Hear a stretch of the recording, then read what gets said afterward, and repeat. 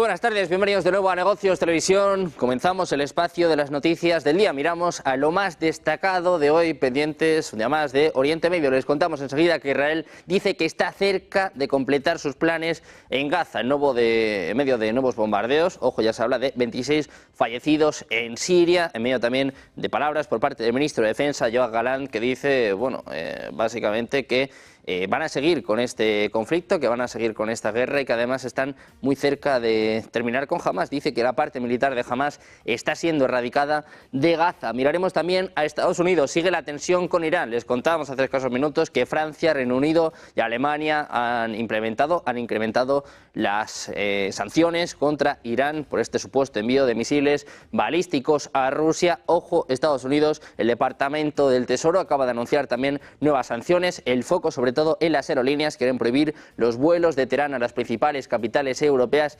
Estados Unidos, como decimos, incrementa sus sanciones con Irán. Enseguida miramos también a la respuesta por parte del portavoz del Ministerio de Asuntos Exteriores, Nasser Kanani, que habla de una especie de guerra psicológica. Mientras tanto, Reino Unido también habla del conflicto en Ucrania. Dice que Rusia no se va a quedar ahí, dice que amenaza la seguridad europea, la seguridad británica y además habla de los aliados de la OTAN. Piensa que si Rusia gana en Ucrania, un mensaje desde luego muy manido, podría ir a los países bálticos. El foco sobre todo puesto en Polonia, en Letonia, Rumanía, los países precisamente que han sufrido ataques en su territorio o que ha caído drones después de ataques que han tenido lugar en Ucrania. Miraremos también a palabras del presidente ruso, Vladimir Putin, que está en medio de estos ejercicios navales con China. Ojo, son los mayores ejercicios de los últimos 30 años y que habla de la capacidad nuclear de la Armada rusa. Dice, que van a fomentar precisamente la capacidad de la Armada y que van a poner el foco también en la capacidad nuclear, mirando a Estados Unidos, advirtiendo sobre todo por sus maniobras en el Indo-Pacífico. Para terminar, miraremos al presidente ucraniano Volodymyr Zelensky, que a pesar de lanzar el mayor ataque con drones por parte de Ucrania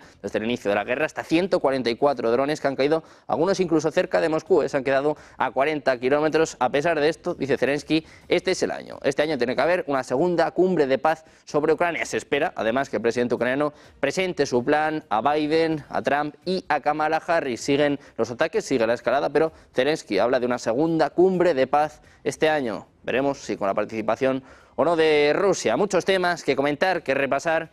No se vayan. Empezamos el informativo, las noticias del día de Negocios Televisión.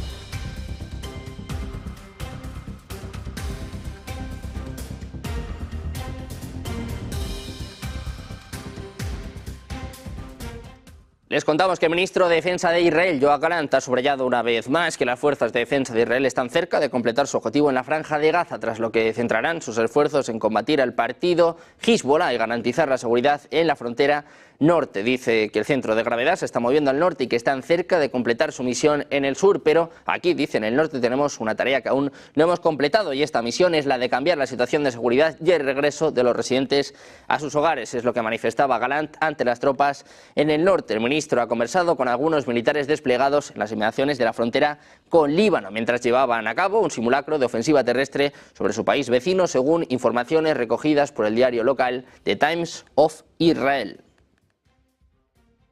El ministro de Defensa, precisamente, ha asegurado este martes que las capacidades militares de Hamas han sido severamente dañadas en 11 meses de guerra, subrayando que Hamas, como formación militar, ya no existe en la franja de Gaza. Dice que Hamas está involucrado en una guerra de guerrillas y que todavía están luchando contra los terroristas de Hamas y persiguiendo el liderazgo de Hamas. Es lo que apuntaba el ministro a los periodistas. Además, insistió en que lograr un alto el fuego y un acuerdo sobre la toma de rehenes es de importancia esencial, ya que daría a Israel una oportunidad estratégica para hacer frente a otros desafíos de seguridad. Añade que liberar a los rehenes y traerlos a casa con vida es lo correcto.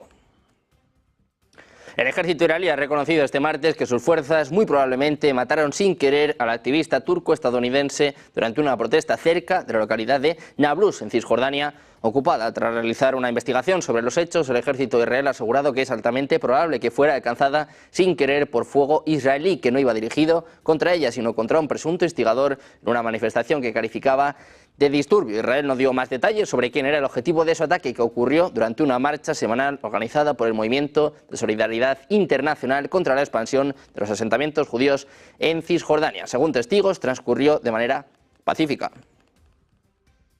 El balance de muertos a causa de los bombardeos ejecutados a última hora del domingo por el ejército de Israel contra Siria ha aumentado a 26 personas, incluidos 5 civiles, según ha informado el Observatorio Sirio para los Derechos Humanos. El organismo con sede en Londres, informantes en el país asiático, ha señalado que los bombardeos contra Hama mataron además a 4 miembros de las fuerzas sirias, a 14 sirios integrados en milicias pro-iraníes y a otras 3 personas hasta ahora no identificadas. Asimismo, ha afirmado que otras 32 personas resultaron heridas, incluidas varias en estado grave, por lo que no se descarta que la cifra de fallecidos pueda aumentar en las próximas horas. El observatorio afirmó este lunes que el objetivo de los bombardeos fue un centro de investigación científica y varias instalaciones del ejército sirio. En Masyaf está el Centro de Investigación Científica de Siria, que ha sufrido ataques en el pasado y que está acusado de estar detrás de los trabajos de investigación y desarrollo de armas biológicas, químicas y nucleares. Al menos una persona ha fallecido y otras 2 han resultado heridas en un bombardeo ejecutado este martes por un dron en el valle de Bekaa, situado en el este del Líbano, y una importante presencia de Hezbollah que controla esta zona. El Centro de Operaciones de Emergencia del Ministerio de Sanidad libanés ha indicado que el bombardeo ha sido lanzado contra un vehículo en los alrededores de la localidad de Sakwin, según recogía la agencia estatal libanesa de noticias. Hezbollah no se ha pronunciado por ahora sobre lo sucedido y se desconoce si en el vehículo atacado iban miembros del grupo.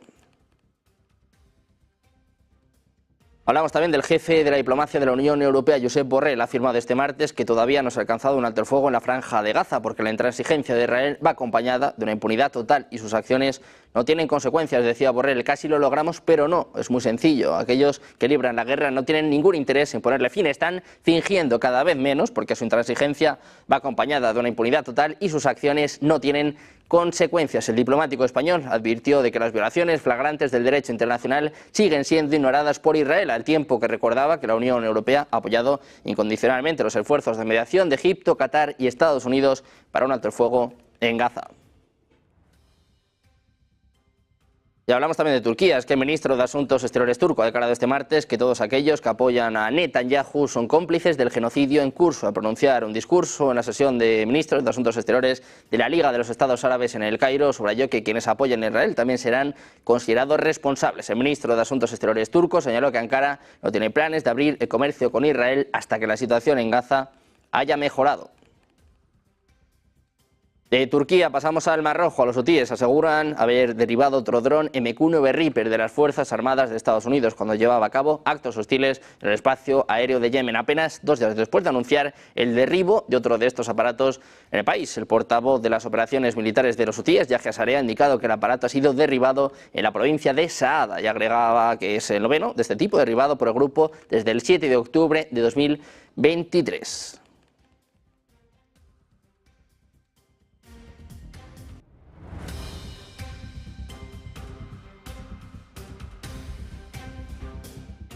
Hablamos también de Estados Unidos. Va a profundizar las sanciones a Irán después de que Teherán decidiera facilitar misiles balísticos a Rusia. Es lo que anunciaba este martes el secretario de Estado de Estados Unidos, Antony Blinken, tras reunirse con su colega británico David Lammy. Estados Unidos va a anunciar más sanciones a Irán, incluidas medidas adicionales sobre Iran Air. Esperan, además, dice, que los aliados y socios anuncien sus propias medidas sobre Irán también. Es lo que agregaba el jefe de la diplomacia estadounidense, exigiendo movimiento a Europa. Enseguida les contamos. Blinken y Lammy se reunieron este martes en la capital británica para lanzar el llamado Diálogo Estratégico Reino Unido-Estados Unidos, un evento anual con el que quieren afianzar la colaboración bilateral.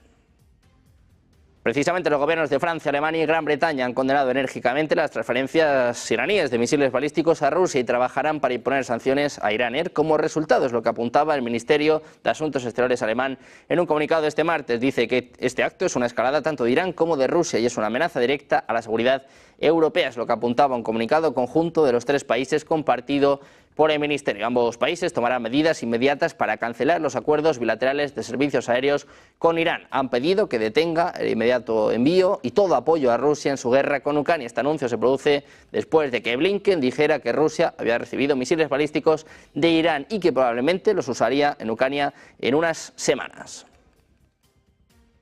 Mirando más sanciones a Irán, hablamos ahora de Rusia, que hace todo lo contrario, está completando los procedimientos estatales internos necesarios para preparar la firma al más alto nivel de un nuevo acuerdo interestatal básico entre Moscú y Teherán, es lo que manifestaba el secretario del Consejo de Seguridad ruso, Sergei Shoigu, al margen de una reunión de altos representantes de los países BRICS y BRICS Plus encargados de cuestiones de seguridad. Shoigu celebró una reunión de trabajo bilateral con el secretario del Consejo Supremo de Seguridad Nacional de Irán. Decía Shoigu que están dispuestos a aumentar la interacción a través del Consejo de Seguridad y que siguen manteniendo bajo control las cuestiones de la implementación práctica de los acuerdos alcanzados al más alto nivel. Añadía que esperan la pronta conclusión de una nueva interestatal básica y que están completando los trámites internos estatales necesarios para preparar los documentos para la firma de los presidentes de Rusia e Irán. Según él, la adhesión de Irán a los BRICS ha creado oportunidades adicionales para mejorar la calidad de la interacción entre sus miembros, con el fin de formar una arquitectura de seguridad estratégica unificada e indivisible y un orden mundial policéntrico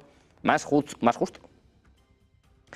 Mientras tanto, Corea del Norte va a perfeccionar sus fuerzas nucleares en aras de la preservación de la seguridad nacional, aumentando el número de sus armas de este tipo en progresión geométrica, es lo que declaraba este lunes el líder del país, Kim Jong-un, durante su discurso con motivo del 76 aniversario de la fundación de la RPDC. El dirigente dijo que la nación asiática es un estado responsable en materia de armas nucleares y que sus arsenales son únicamente para la defensa propia y no suponen una amenaza para nadie. Decía el propio Kim que la imprudente expansión del sistema de bloques militares liderado por Estados Unidos y su desarrollo hacia un bloque militar basado en armas nucleares ha hecho que el ambiente en torno a Corea del Norte se acerque como una grave amenaza.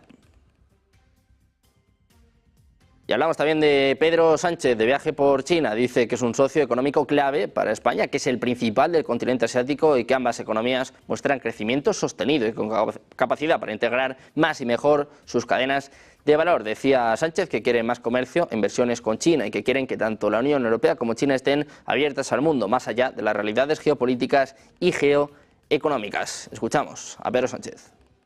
Porque China es un socio económico clave para España, el principal del continente asiático. Lo es hoy y las perspectivas son muy alentadoras, porque las nuestras son dos economías con un crecimiento robusto, sostenido, altamente complementarias y con una capacidad para integrar más y mejor sus cadenas de valor. España apuesta por una relación con China basada en la apertura y queremos más comercio e inversiones con China. Queremos también una Unión Europea y una China abiertas al mundo, más allá de las realidades geopolíticas y geoeconómicas. Por esa razón apostamos por el diálogo honesto para reconducir tensiones existentes que en gran medida son resultado del anuncio de la imposición de aranceles a los vehículos eléctricos chinos. ¿Y qué es lo que proponemos desde España? Lo que propugnamos, en definitiva, es una solución negociada y acordada en el marco de la Organización Mundial del Comercio que ayude a desarrollar unas relaciones económicas equilibradas, justas y que evite cualquier tipo de escalada comercial que no beneficiaría. Y de Pedro Sánchez pasamos a Elon Musk, que ha lanzado su misión Polaris Dawn, en la que se va a realizar el primer paseo espacial de la compañía. La nave espacial Dragon de la empresa fue enviada a la órbita terrestre baja en un cohete Falcon 9 desde el centro. Mira, precisamente hablando de Falcon, hablamos ahora de Elon Musk, no se confundan con Sánchez. Dice que va a llevar a cabo a 4 civiles a bordo. La tripulación está encabezada por el empresario multimillonario y consejero delegado de SIF Ford. Hablamos de Jared Isaacman y cuenta también con 2 empleadas de SpaceX, así como con el teniente coronel de las Fuerzas Aéreas de los Estados Unidos. Decían que Polaris Dawn viajará a una altitud de 1.400 kilómetros, intentará el primer paseo espacial comercial desde Dragon y probará las comunicaciones basadas en el láser Starlink, llevando a cabo una amplia gama de investigaciones en microgravedad antes de regresar a la Tierra y amerizar frente a la costa de Florida. Precisamente hablábamos de Sánchez, ven en sus pantallas las imágenes de la manifestación que está teniendo lugar en estos momentos en España después de la acogida de Edmundo González ayer. María Corina Machado hablaba precisamente de una manifestación masiva a favor de la oposición en contra de Maduro. Enseguida les mostramos estas imágenes también a través de nuestro canal de YouTube, mientras el foco, como saben, hoy está puesto en Estados Unidos. En concreto, todos mirando a Pensilvania. Se va a convertir en el centro del escenario cuando Kamala Harris y Donald Trump se enfrenten en un debate televisado muy esperado que podría pesar mucho en las elecciones de noviembre. Ambos, que nunca se han conocido en persona, se enfrentarán a eso de las 3 de la mañana en España. Un debate de 90 minutos mientras la policía se prepara para las protestas, incluso con grupos pro-palestinos indignados por el continuo apoyo de Harris a Israel. El foco puesto en estas elecciones, la previa de este debate electoral que va a ser clave, que puede cambiarlo todo. Una pausa, 2 minutos y volvemos con todas las claves de este debate, las propuestas económicas de ambos candidatos. Se lo contamos ya en Negocios Televisión.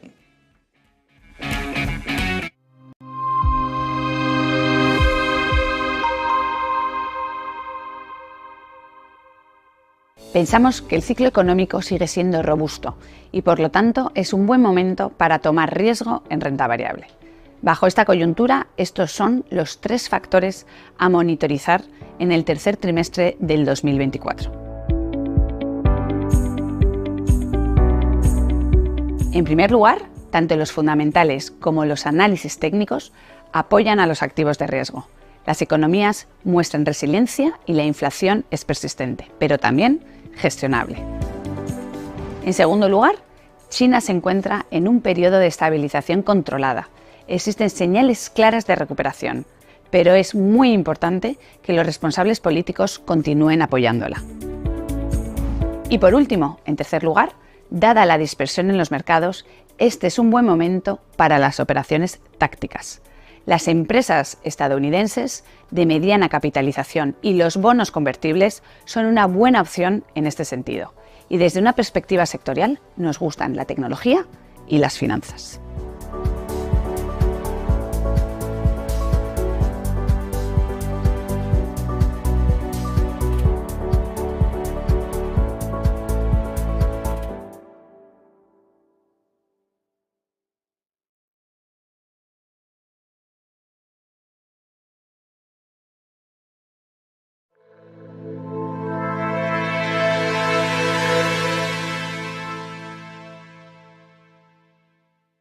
¿Cuántas veces has dicho, aquí hay más de lo que nos están diciendo? ¿Cuántas veces has visto que lo que te están poniendo como fotografía principal para mirar la actualidad está con tonitos oscuros en algún lado que no terminas de descifrar? ¿Cuántas veces miras alrededor y dices, aquí hay más información de la que de verdad nos están dando? Ese es el objetivo de lo que la economía esconde. Un libro para intentar ver todos los detalles, todos los matices, todos los colores, todo lo que está oculto detrás de la fotografía, todo lo que nos dicen pero no nos están diciendo, y todo aquello que necesitas para tener una fotografía global de lo que de verdad quienes mandan están queriendo hacer, pero tú no tienes toda la información para ello.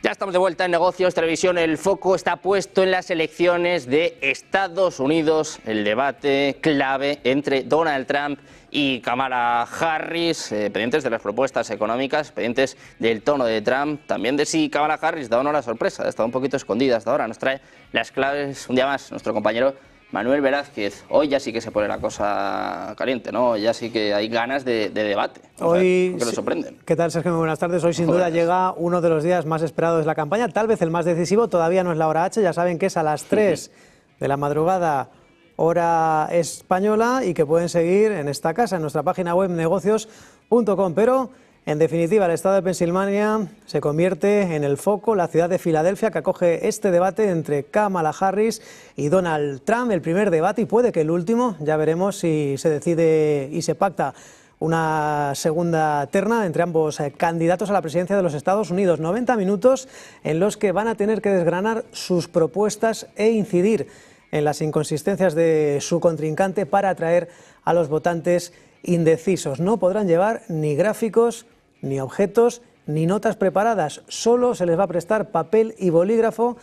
Como decimos, 90 minutos en los que habrá 2 pausas publicitarias y en la que ninguno de los candidatos podrá hablar con su equipo de asesores. El lugar, ya les hemos dicho, que es en Filadelfia, en el National Constitution Center, que lo retransmite la cadena ABC a las 9 de la noche, hora local, a las 3 de la madrugada, hora peninsular española, y que pueden seguir aquí en negocios.com.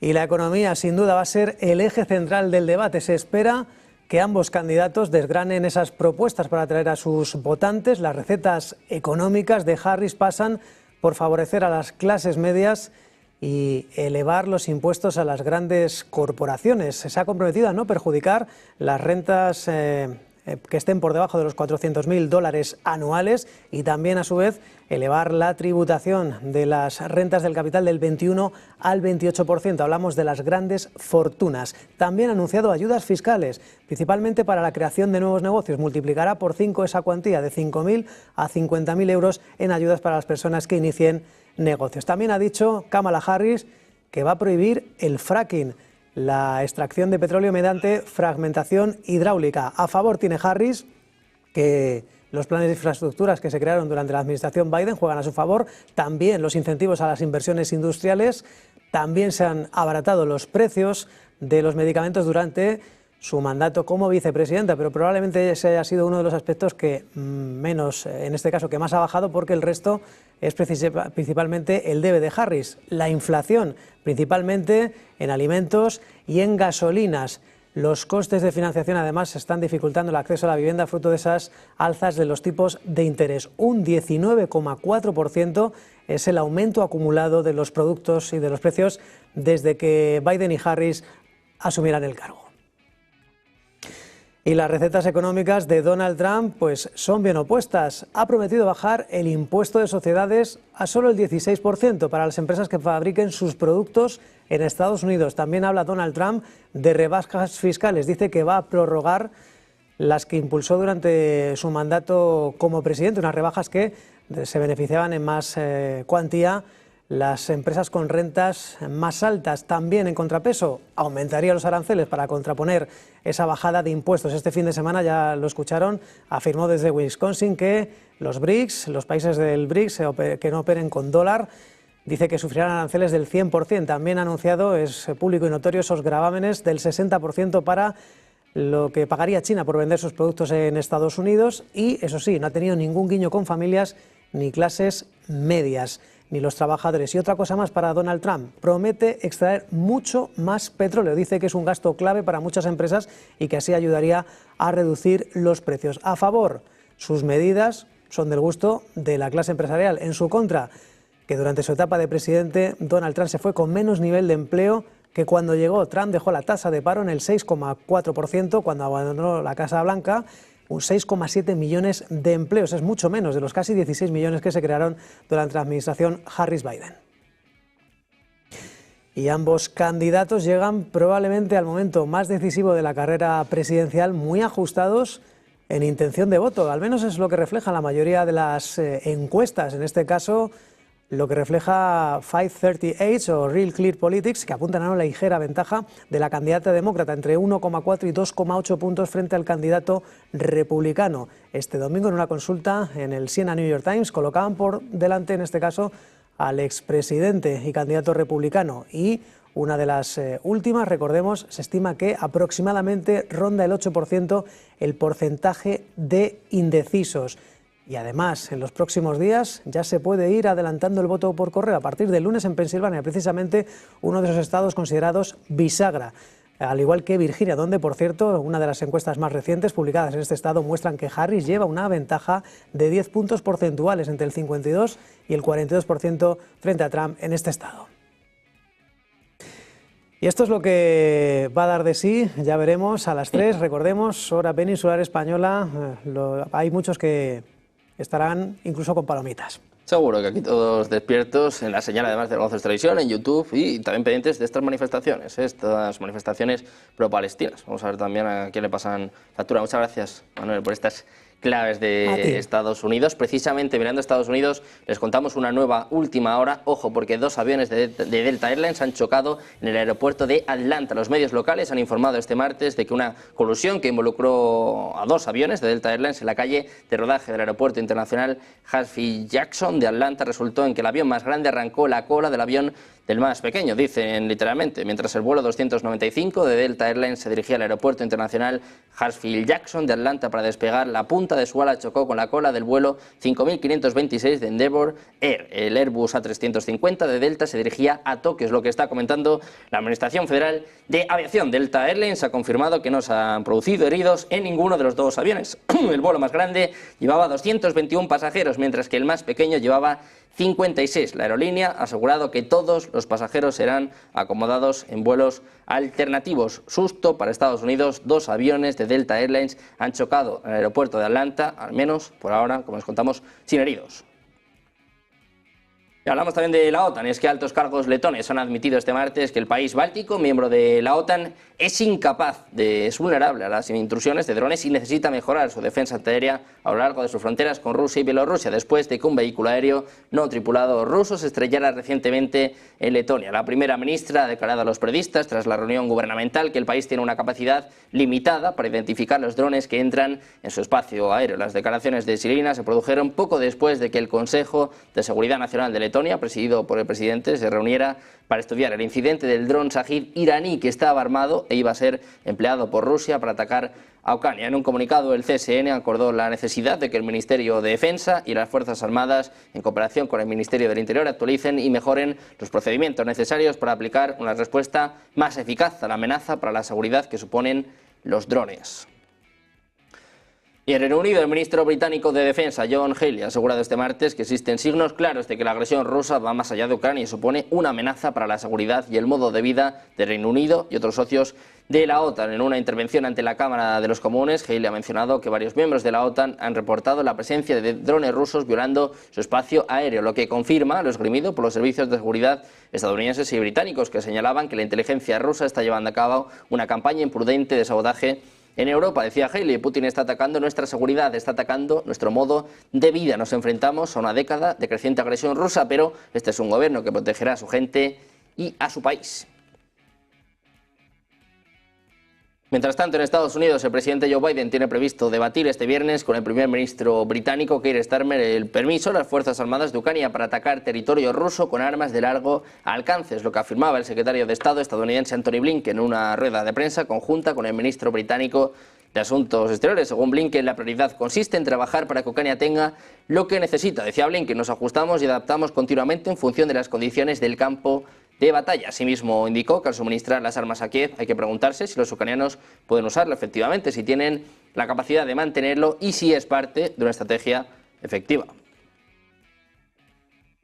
Precisamente Estados Unidos, que está instando a sus socios europeos a ser más enérgicos al expresar su inquietud por la creciente colaboración de defensa de China con Rusia, es lo que manifestaba este martes el subsecretario de Estado estadounidense Kurt Campbell, que se reunió con funcionarios belgas de la OTAN y de la Unión Europea desde el lunes. Dice que ha proporcionado a los aliados detalles del apoyo sustancial de China a la base industrial militar de Rusia y las consecuencias en el campo de batalla en Ucrania. Gran parte del apoyo, dijo, se proporcionó de forma encubierta. Añade que han pedido a sus colegas europeos que hagan más y se alineen con Estados Unidos en sus declaraciones públicas de preocupación y en sus cuidadosas indicaciones de estar preparados para tomar medidas para señalar nuestro descontento. Dice además que hay que observar más cuidadosamente a ciertas instituciones financieras y dejarlo en claro que podría tener consecuencias significativas, ya que China y Rusia estaban atentas al sistema financiero y estaban preocupadas por posibles medidas en su contra. Precisamente Estados Unidos ha acusado formalmente este martes a Irán de suministrar misiles balísticos de corto alcance a Rusia para su guerra en Ucrania. Dice que tomará medidas para castigar a los implicados. Blinken, hablando junto al secretario de Asuntos Exteriores británico, ha dicho que las sanciones se anunciarán más tarde, en el día de hoy. En este sentido, dice que Rusia ha recibido ahora envíos de estos misiles balísticos y probablemente los usará en unas semanas en Ucrania contra los ucranianos. Se preparan para realizar una visita conjunta a Ucrania este miércoles, tanto Blinken como Leahy. El presidente ruso Vladimir Putin, además, ha destacado este martes durante su discurso en los ejercicios navales de mando y Estado Mayor OUSIAN 2024 su intención de reforzar la fuerza y la eficacia general de la Armada, incluidas sus capacidades nucleares estratégicas. Putin habla precisamente de la capacidad nuclear de Rusia. Le escuchamos. Russia has to be prepared for any type of situation, and our armed forces maintain a strong defense of Russian sovereignty and its interests. Will be prepared to counteract a threat in any area, including on land and on sea. And our Navy plays an important role in that. Our sailors... Decía Putin que están fortaleciendo su armada, incluido el componente nuclear estratégico, y que van a desarrollar sistemáticamente y de forma integral todos los tipos y ramas de las Fuerzas Armadas, aumentando su capacidad de ataque y mejorando la preparación de las tripulaciones de los buques, las unidades costeras y aéreas, teniendo en cuenta la experiencia real de combate. Añade Putin que harán todo lo necesario para la protección fiable de Rusia y de sus ciudadanos, para mantener la estabilidad estratégica y el equilibrio de fuerzas en el mundo. En los ejercicios también participan barcos y aviones del Ejército Popular de Liberación de China. Putin ha señalado que se ha invitado a representantes de 15 países como observadores.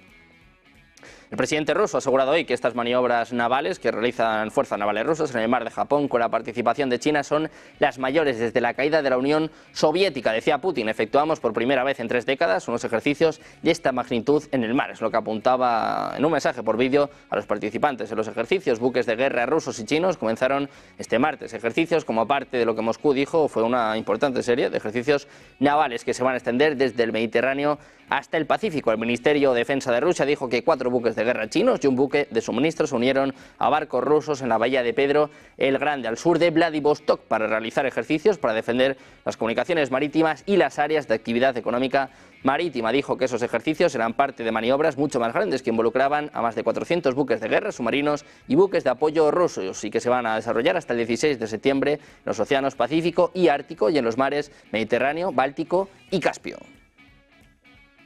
Los sistemas de defensa antiaérea rusos que han derribado en la pasada noche 144 drones ucranianos en diversas regiones en Rusia, 20 de ellos en las afueras de Moscú, donde una mujer murió y otras 3 personas resultaron heridas. En este sentido hablan del mayor ataque desde el inicio de la guerra por parte de Ucrania, y además las defensas antiaéreas han abatido anoche 20 drones cerca de Moscú, obligado a suspender las operaciones en 3 aeropuertos de la capital de Rusia. Las tropas rusas, además, han tomado otras 4 localidades en la región de Donetsk, anexionada por Moscú en septiembre de 2022, es lo que informa este martes el Ministerio de Defensa de Rusia en su canal de Telegram. Según el parte castrense, las fuerzas rusas se hicieron con el control de las localidades de Kranogorivka, Bodiane, Galisiska y Grigorivka. Las 3 primeras se encuentran entre 30 y 40 kilómetros al sureste de Prokrovsk, una ciudad situada en un estratégico cruce de carreteras que se ha convertido en uno de los objetivos prioritarios de la ofensiva rusa en el frente oriental. Grigorivka, al norte de esas localidades, está solo 22 kilómetros al sureste de la ciudad de Kramatorsk, la segunda mayor plaza fuerte de Ucrania en la región de Donetsk. Hablamos también de India. Dice que es probable que los funcionarios del Kremlin estén intentando influir en los esfuerzos internacionales de mediación por la paz en la guerra en Ucrania. En este sentido se ha manifestado también el primer ministro de India, Narendra Modi. Habla precisamente sobre esta cuestión, sobre estas negociaciones, y apunta a que están buscando el diálogo entre ambos países. Brasil y China también han estado abogando por su plan de paz de 6 puntos para la solución política de la crisis ucraniana desde mayo de 2024. Modi ha reafirmado recientemente el compromiso de la India con una solución pacífica en Ucrania basada en el derecho internacional, incluido el respeto a la integridad territorial y la soberanía estatal. India, además, dice que las conversaciones sobre la paz en Ucrania no pueden funcionar sin la participación de Rusia. Miramos también a Volodymyr Zelensky, el presidente ucraniano. Habla de una segunda cumbre de paz este año. Dice que está buscando la máxima participación del mundo en la implementación de la fórmula de paz y el máximo fortalecimiento de sus posiciones para hacer realidad un proceso justo de restablecimiento de la paz. Añade que el equipo del Ministerio de Asuntos Exteriores de Ucrania y todo el equipo gubernamental está haciendo esfuerzos en este sentido. Dice que todos los que participan en este trabajo a nivel público deben comprender que la paz para Ucrania y un fin justo a esta guerra no es solo una misión histórica, sino un trabajo diario y muy minucioso. Dice Zelensky que está seguro de que Ucrania es capaz de realizar ese trabajo para ganar esta guerra y garantizar la paz. Zelensky busca una segunda cumbre de paz para este año, presiona a sus aliados y, ojo, quiere terminar la guerra antes de otoño. Pendientes de Zelensky, de la actualidad geopolítica, nacional, internacional, volvemos a mirar a la economía. 2 minutos y les contamos las claves de Wall Street. Enseguida, en Negocios Televisión.